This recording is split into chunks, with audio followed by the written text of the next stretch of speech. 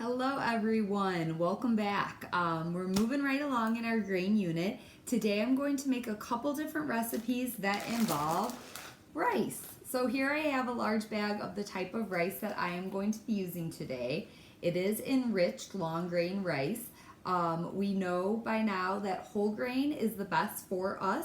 Normally a whole grain product is going to be a brown color. This is a white rice. It is not the healthiest on the market. I just wanted to kind of go over that real quick. Remember, a brown rice or a whole grain rice would have all three parts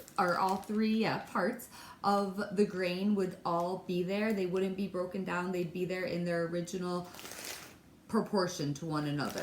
With an enriched long grain rice, the rice has been broken down and then it's had some extra nutrients added to it. So it's got a little bit of extra stuff in it, but it does lack the fiber because the bran's been broken down. You know, the outer side of the grain has been broken down. So it's got a little less fiber than a brown rice would. So if we look on the back of the rice, right here we've got our ingredient list, and it tells me that it contains long grain rice, and then it's also been enriched with ferric phosphate, niacin, thiamine, mononitrate, and folic acid. So it's got a couple things added to it. Not horribly bad for you, but also just wanted to throw it out there that brown rice would be a little bit more healthier for us, but it's all good. So today I'm going to be making rice from the bag. This is a type of rice that you need to obviously actually cook. It has not already been pre-cooked for you. There are other easier options when you're cooking rice. Maybe you have like a boil in the bag. That's a common one where it's a bag. It's got a bunch of holes poked in it and the rice is inside. They're teeny tiny holes so the rice can't escape. You'd boil water, you'd throw the rice in there in the bag and it would cook nice and easy. You wouldn't have to worry about the guesswork of measuring out the water and the rice like I'm doing today.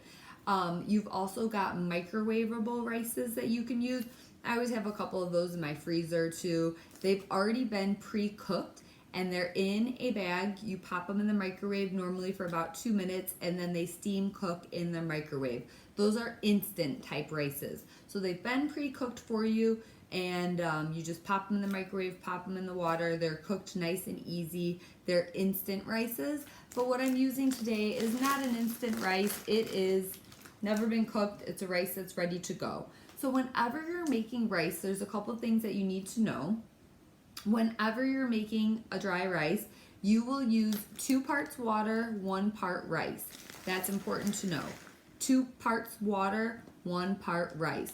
I like to add a little bit of butter or margarine into my water so that my rice doesn't stick to the bottom. I also like to use a little bit of salt. Just like the butter, it also adds a little bit more flavor and it helps the rice to boil and not stick together. Not that you'd normally have a problem with that with rice.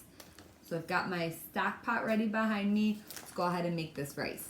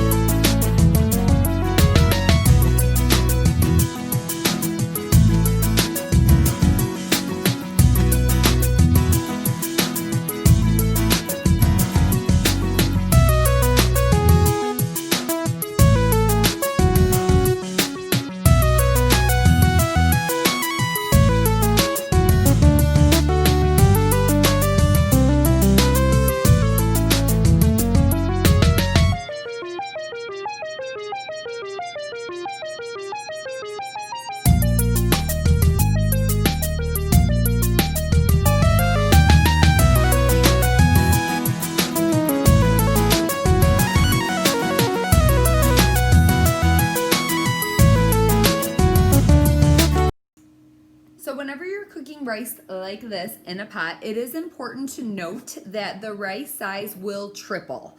So we started off with 2 cups of dry rice. After I'm done cooking the rice and it's absorbed all of the water, it has tripled. So I am now ending up with 6 cups of rice. So important to know. Dry rice, I put in 2 cups. Cooked rice, that will yield to 6 cups because it has tripled. Next up, I am going to be making a rice pudding. So I have all of my ingredients ready to go right there, including the cooked rice. This is a very simple, very delicious dessert. Simple recipe, easy to follow, gonna be quick too, in one pot. So, first thing I am going to do is set my saucepan heat to medium. I am going to add in my 1.5 cups of already cooked rice.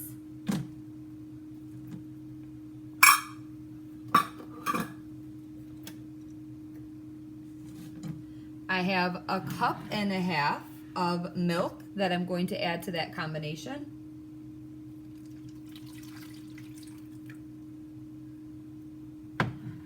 I'm also adding sugar, 1/3 cup. And 1 tablespoon of butter. I've got vanilla and cinnamon that I'm going to add last after it has been cooking. So there everything is. Again, it's our milk, our rice, our sugar, and our butter. It's all combined in our medium saucepan on medium heat. I'm gonna break it all down. We're gonna let it sit for about 20 minutes on medium heat. So it might come to a little bit of a simmer, but never really a full boil. As it's cooking, it is going to become thick and creamy. So once I realize and notice that the density is starting to kind of change into that thick, creamy texture, then I will add my last 2 ingredients. Let it simmer, and that's all you gotta do. Now we wait.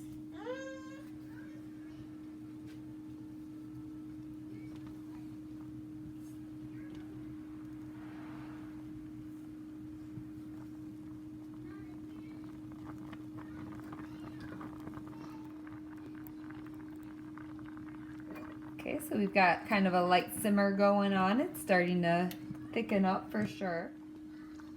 20 minutes is up. It's definitely thickened a lot. If you want to add raisins, now you would add raisins. Otherwise, you'll add your vanilla and your cinnamon.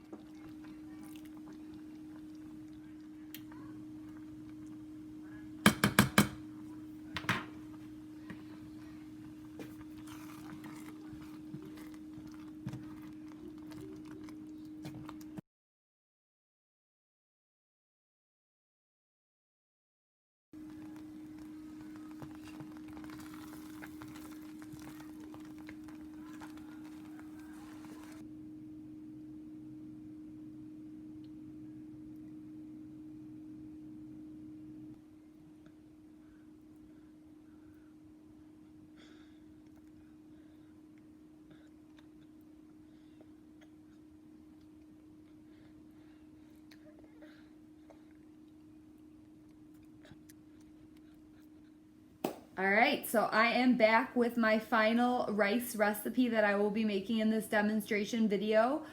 This recipe is a veggie fried rice, which is very similar to kind of like a rice stir fry. For this recipe, I have a new piece of equipment that I will be using. This is called a wok.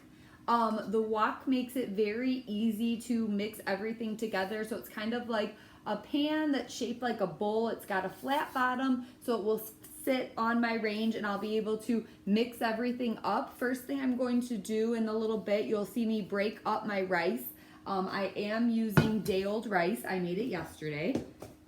And I've got all my rice leftovers right here. So it is kind of like clumped together. So you'll see me kind of like break it down, and then I will kind of saute it in the pan with a little bit of olive oil. This recipe, it actually says on the recipe that I'm sharing with you 2 tablespoons of vegetable oil divided. I am actually going to substitute olive oil out instead doesn't make a big difference. Either one works. If you got coconut oil, you can use that. So I'm using olive oil. It's divided because I'll be sauteing everything a little bit different at different times. So I'll start with the rice. I'll do a little bit of rice, then a little bit more rice, and just kind of break it down since it's clumped together and heat it up. So when that's done in the wok, you'll see me move all of the rice to the side of the wok, and then I'll be doing some sauteing of vegetables in the center. So everything will be pushed to the side, and I'll saute my veggies in the center. So that's kind of what a wok is used for. If you don't have one at home, a skillet works too. You could totally try this recipe with a skillet, and that would work. So other things that I'm using in my recipe, and like I mentioned, I'm kind of loosely following the recipe. I've added a few things, and that's what's cool about making a stir fry or a fried rice recipe. Kind of similar, same thing, close enough. But what's cool about it is that you can add different ingredients, different vegetables. It doesn't really make too big of a difference. If you're missing something, that's okay. If you like something else and you want to add it in, that's okay too. When you're cooking something like this, your measurements aren't as important as they would be when you are baking something. So that's kind of neat. And it's obviously a very healthy and nutritious recipe. We've got a lot of vegetables going in to it.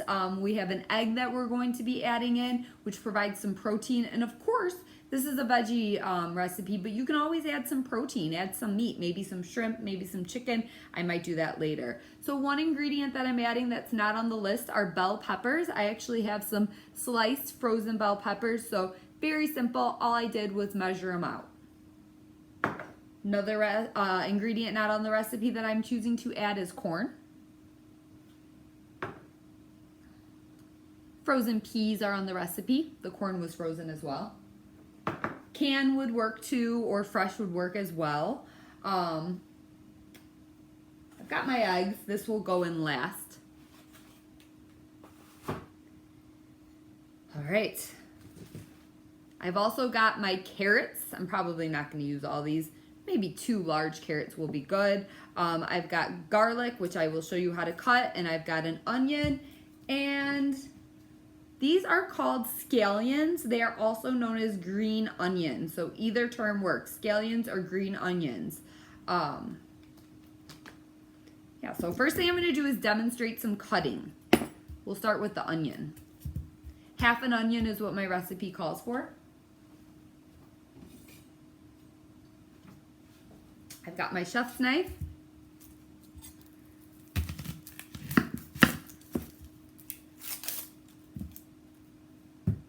Cut it in half, lay it flat side down so that it's not rolling around. If you try to cut something like this, it'll roll all around, right? We want a steady base, so right there. I'm gonna cut the ends off.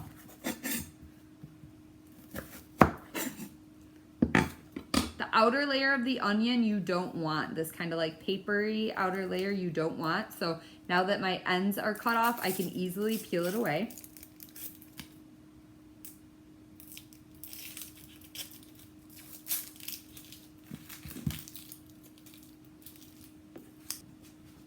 Here we go.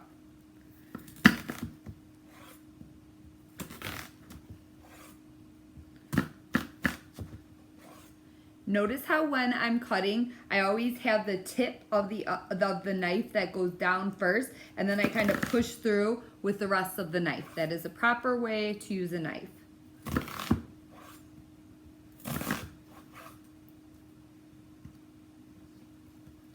From there, so I've got all of that sliced, and there I'm gonna cut this way.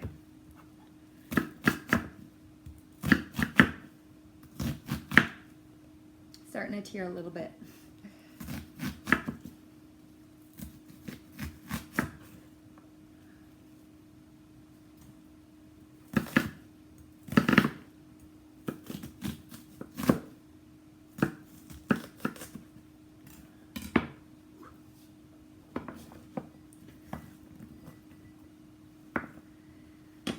It's kind of a large onion. It's a lot of onion. I might not use the whole thing. I like onions, but that's a lot of onion.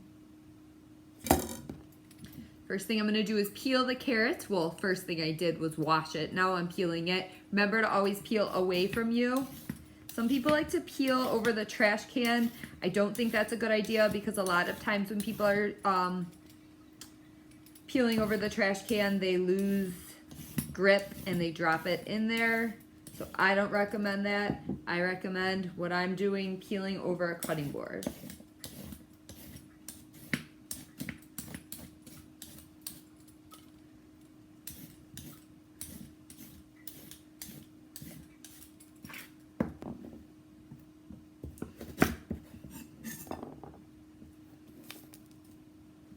So my recipe is telling me to cut my carrots into a small dice. Later on, probably second semester, we'll dive deeper into a little bit of knife skills. A small dice though looks like a cube or looks like a square. So that's kind of what I'll be going for today. So I'm gonna cut them in half first. Got like a nice claw grip.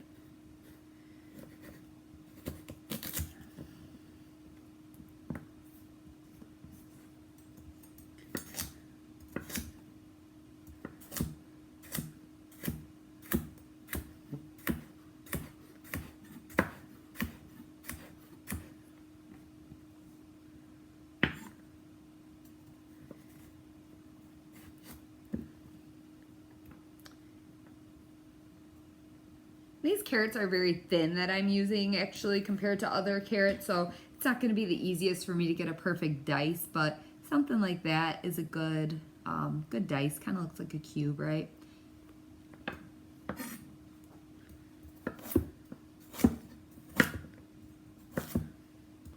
If you wanted to use already cut frozen carrots, you could too. You could actually probably just buy a bag that has all of the vegetables frozen and ready to go, already cut and everything.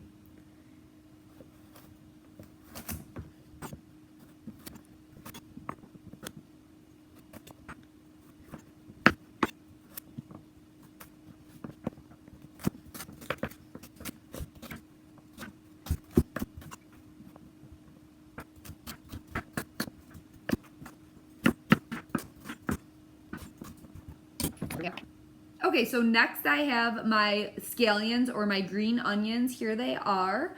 The recipe says to have them thinly sliced, so I'm going to go ahead and do that with actually my kitchen shears that I have here. So I can kind of just bunch them all together and just start cutting thin little slices.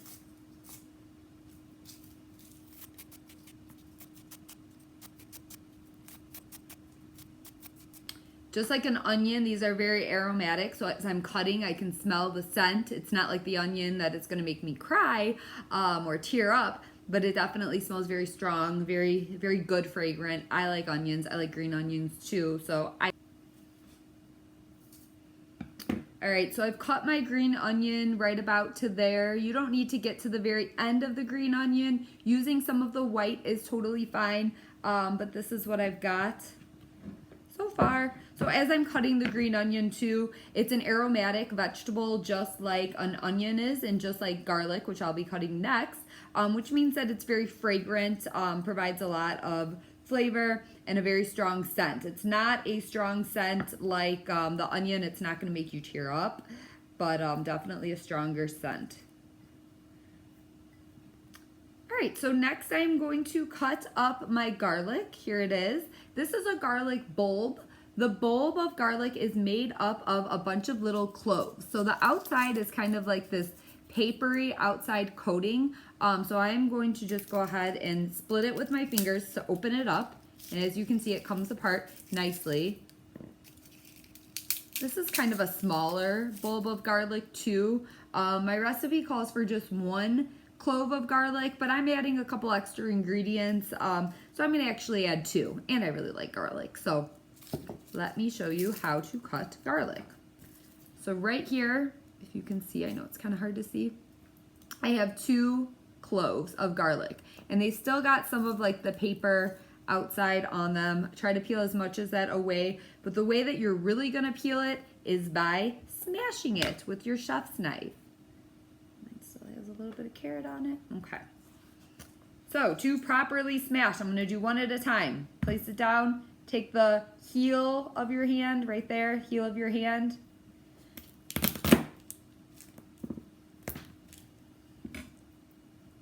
Looks like that, and then it's going to be easier for me to peel away and get to the good stuff that I need, which is right here.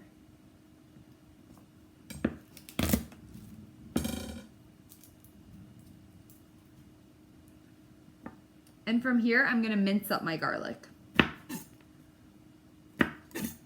So to mince is to chop up into very, very small pieces. So I'm actually gonna first cut this way.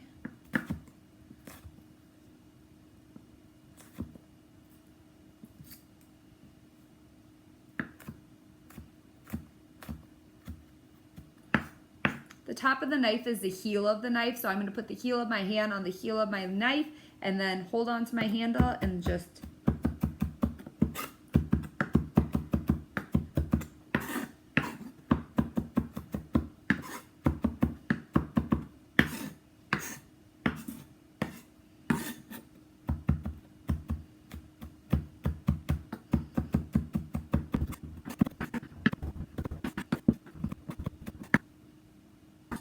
we have a mince. In my opinion, this smells fabulous. I love garlic, love the smell of garlic. So I think it smells great, but again, it's another aromatic vegetable. We'll talk more about vegetables second semester, but aromatic vegetables are like your onions, your garlic, your scallions or your green onions. Certain peppers are all considered aromatic vegetables. I think we have everything ready to go, so we're gonna start warming up our rice.